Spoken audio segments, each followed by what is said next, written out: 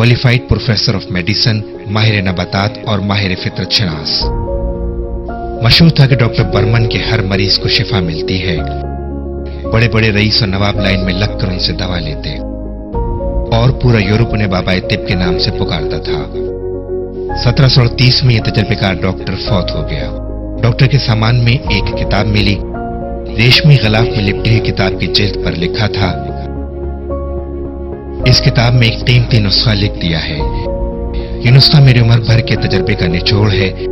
इस नुस्खे पर अमल करने वाला कभी बीमार नहीं होगा। इस किताब को बेचकर आमदनी मेडिकल रिसर्च पर खर्च कर दी जाए।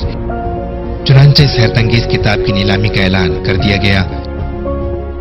पूरे यूरोप में इस नीलामी का शोर मच गया। हर कोई ये किताब खरीदना चाहता था, क्योंकि लोगों को यकीन था कि डॉक्टर बर्मन का नुस्खा हर बीमारी से महफूज रखेगा। आखिरकार नीलामी हो गई।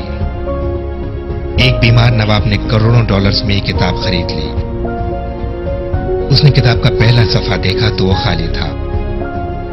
फिर वो सफे पर सफा पलटता गया और उसकी परेशानी बढ़ती गई, क्योंकि किताब में एक लफ्ज भी नहीं लिखा था। 100 सफे की किताब में 99 सफे खाली थे, मगर आखिरी सफे पर सिर्फ एक जुमला लिखा था। करोड़ों डॉलर में सिर्फ एक जुमला।